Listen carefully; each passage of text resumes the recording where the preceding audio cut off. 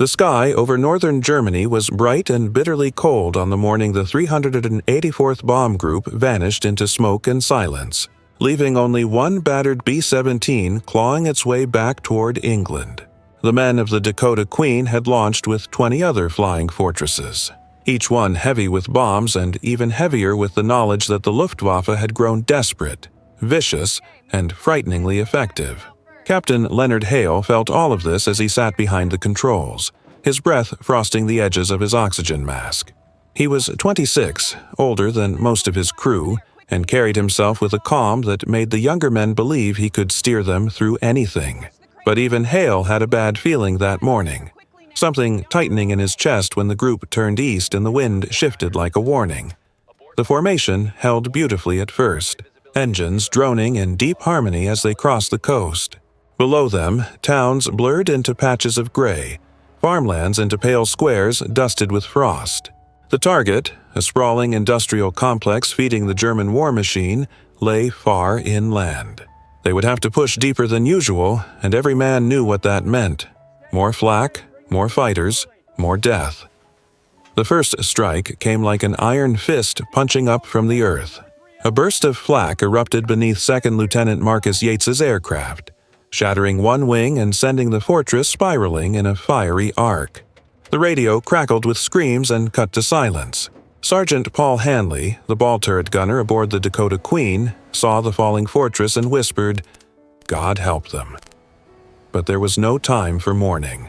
More flak burst around them, tearing black holes in the blue sky. "Hold formation," Hale called, gripping the yoke hard. But the formation was already breaking apart as bombs ruptured fuel tanks, sheared engines, and shredded wings. One by one, the fortresses slipped downward, some burning, some spinning, some simply vanishing into smoke. Then the fighters came. Dozens of them, Bf-109s and FW-190s, rose like a swarm of hornets, attacking in perfect coordination. They punched into the wounded formation mercilessly, cutting down aircraft already struggling to stay airborne. Corporal Eddie Ramirez, the left waist gunner, saw the first wave coming and opened fire, his twin .50 cals thundering as brass shells clattered at his feet. "They're all over us!" he yelled into the interphone. Tracers streaked across the sky. A 109 zipped past close enough for Hanley to see the pilot's determined expression. Another fortress exploded ahead of them, breaking into fragments that fell like burning snow. The sky, once organized and orderly, had turned into chaos. Hale's group commander had been flying in the lead aircraft, which now spun helplessly toward the ground, trailing black smoke. No orders came. No formation remained. In the space of 4 terrible minutes, 20 B-17s had become 5, then 3, then 2. The Dakota Queen, missing chunks of aluminum from her wings and leaving a sick trail of smoke, fought to keep altitude as Hale coaxed every bit of strength out of her 4 engines. "Number 3's overheating," Donovan, the co-pilot, shouted, tapping the failing gauge. "We're losing fuel pressure in 2. We can't hold this much longer." "We hold," Hale growled. "As long as she can fly, we hold." The Luftwaffe turned their attention to the straggling surviving pair, diving in ruthless, coordinated attacks. The Dakota Queen's sister ship, the Liberty Bell, took a direct hit to the tail. Hale watched helplessly as the tail broke clean away and the bomber instantly nosed toward the earth. No parachutes emerged, just a falling, flaming mass that vanished into cloud. That was the moment Hale understood. They were alone, the only fortress left. Reeves, the right waist gunner, whispered in disbelief, "It's just us, Skipper. We're the only one left." For a moment, no one spoke. The air inside the bomber felt heavier than the metal around them. 20 bombers had taken off. 19 were now gone. Hale steadied his voice. "Then we're bringing this one home. Get ready. We've still got fighters on us." The fighters kept coming, sensing the lone bomber's weakness, but the Dakota Queen's gunners fought like cornered wolves. Ramirez blew apart a 190 with a clean burst. Hanley shredded another that dove too low. Even Mackey, the tail gunner wounded from shrapnel, kept firing. "I ain't done yet," he muttered through gritted teeth as blood soaked his flight suit. For almost half an hour the fighters circled them. diving and climbing as the lonely B-17 staggered toward the west. Hale pushed the throttles as far as he dared, praying the remaining engines would hold. "Come on, girl," he whispered to the bomber. "Just a little farther." Eventually, the Luftwaffe broke off, not because they lacked the will to finish the kill, but because the crippled fortress had crossed into a zone where American escort fighters were known to roam. Hale heard nothing at first but the ragged coughing of his engines and the labored breathing of his crew. Then the sky cleared. For the first time in an hour, no fighters circled them. No flak burst around them. Just empty, frozen sky. "Skipper, I think they're gone," Donovan said, voice shaking. "Then we keep flying, and we don't stop until we hit the channel." For the next 100 miles, the Dakota Queen limped home like a wounded animal. The crew spoke little. They were exhausted, numb, half-frozen. Hanley had stopped responding for a few minutes before Ramirez found him slumped in his turret, unconscious but alive.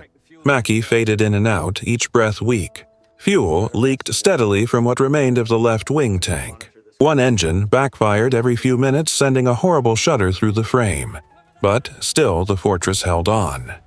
When the coastline finally appeared, faint and distant through the frost-blurred glass, Pierce felt something crack inside him, something he had been holding together since the dying moments of the formation. He didn't cry, but his breath hitched as he whispered, "There she is, England. We made it." In the radio compartment, Sergeant Will Tanner sent a message ahead. "Single fortress returning. Damage critical. Crew injured. Request emergency landing." The nearest airfield scrambled medics and fire crews before the bomber even touched down. The landing was rough, rougher than anything Hale had attempted before. The landing gear locked only halfway. Hydraulic fluid sprayed across the cockpit in a mist. But Hale kept the nose level, coaxing the dying aircraft down despite its protests. The wheels hit the runway with a jarring crash. One collapsed instantly. The bomber skidded sideways, scraping metal and throwing sparks, until it lurched to a violent halt half off the runway. Silence followed. Then the crew erupted into soggy, breathless laughter, the kind that comes from relief too powerful to control. Medics rushed aboard, dragging Mackey out first, then Hanley. Ramirez and Reeves collapsed onto the runway, their legs too shaky to hold them. Donovan leaned against the bomber, touching its scarred skin with reverence. "She did it," he murmured. "She actually did it." Hale stood back, watching the smoke curling from the engines. The Dakota Queen was ruined, probably beyond repair, but she had carried them home when every other fortress had fallen.